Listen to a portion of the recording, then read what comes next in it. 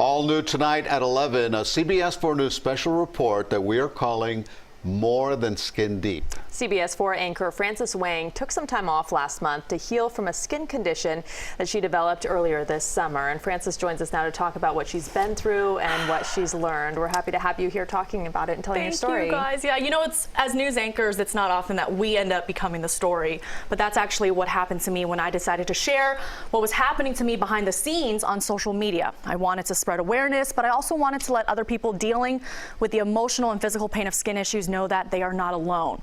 Now, I found a lot of support in a Facebook group, and thanks to that group, I was able to connect in person with 3 incredible women right here in South Florida. Andy Cisneros is a 28-year-old Kendall woman who works in insurance. Jenny Santiago is a 36-year-old mother of 3 from Pembroke Pines. Alona DePaulo works for the Broward County government and has a 10-year-old son. These 3 women don't know each other, but they're all connected through a skin condition called perioral dermatitis.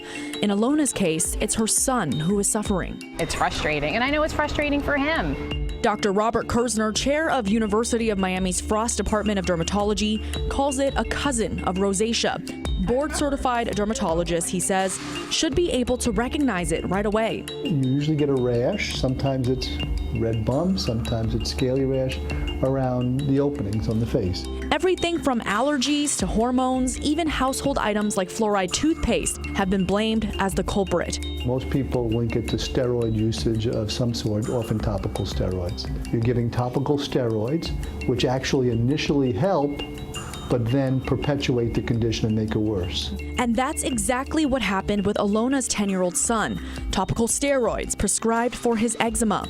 Andy Cisneros believes her case was stress-induced, but also worries that a steroid nasal spray might have contributed to the problem. I never had skincare problems growing up, and now this thing on my face that wouldn't go away. So I was extremely self-conscious. Dermatologists will typically prescribe an antibiotic and some sort of topical. That worked for Andy in about 3 weeks. I am paranoid. I don't want it to come back, and I feel if it does come back, it's going to come back 10 times worse. However, for Jenny Santiago, treatment wasn't as easy. A lot of trial and error, and it came during her pregnancy. Anything and everything that I thought I could fix it with or to cover it up because of the self-conscious feeling of everyone is looking at you. Here I was in a very healthy pregnancy with the baby that we wanted, and I was crying because I had spots all over my face. Many people who suffer from perioral dermatitis estimate they spend thousands on tests and treatments, a lot which may not be covered by insurance. For Alona, even finding a dermatologist for her son is hard.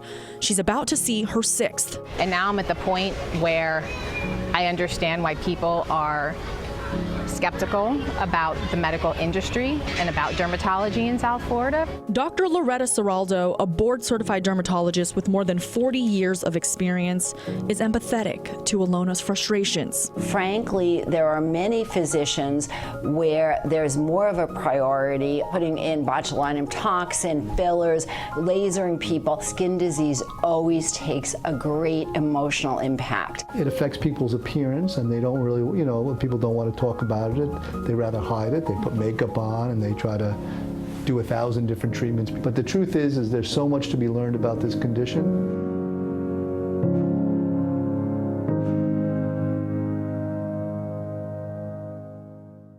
I also just want to say thank you to everyone who has reached out with advice or opened up to me about your struggles with skin and insecurities. Sharing my story really has been freeing and instrumental, I believe, in my healing. And now I just want to be a source of comfort for others and, of course, to spread awareness about perioral dermatitis. And it's a brave thing you've done. I mean, because a lot of people, you have this platform and a lot of people are going to see this and, have hope that it can get better. I hope so. And, I felt a lot of guilt for being so upset about my skin and in sharing my story and so many people reaching out to me, other women, men, and of course parents about their children. That made me feel really like I wasn't alone. I feel like I'm the spirit leader of this fan club. And we feel like we went through this with you.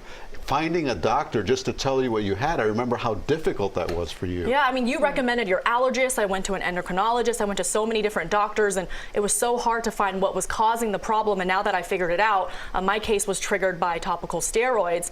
The problem is figuring out how to fix it and to cure it. So for some people, it takes up to a year to heal. Other people, it takes much longer. And in many people's cases, it comes back and it flares up. So yeah, and any kind of medical condition that's serious like that, it can be scary and you can feel alone. But when you're in the spotlight, there's so much more pressure. So. I feel much better now. Thank you, everyone. better. Thank you for telling your story. Thanks, guys. And you are beautiful, my friend. Thank you very much.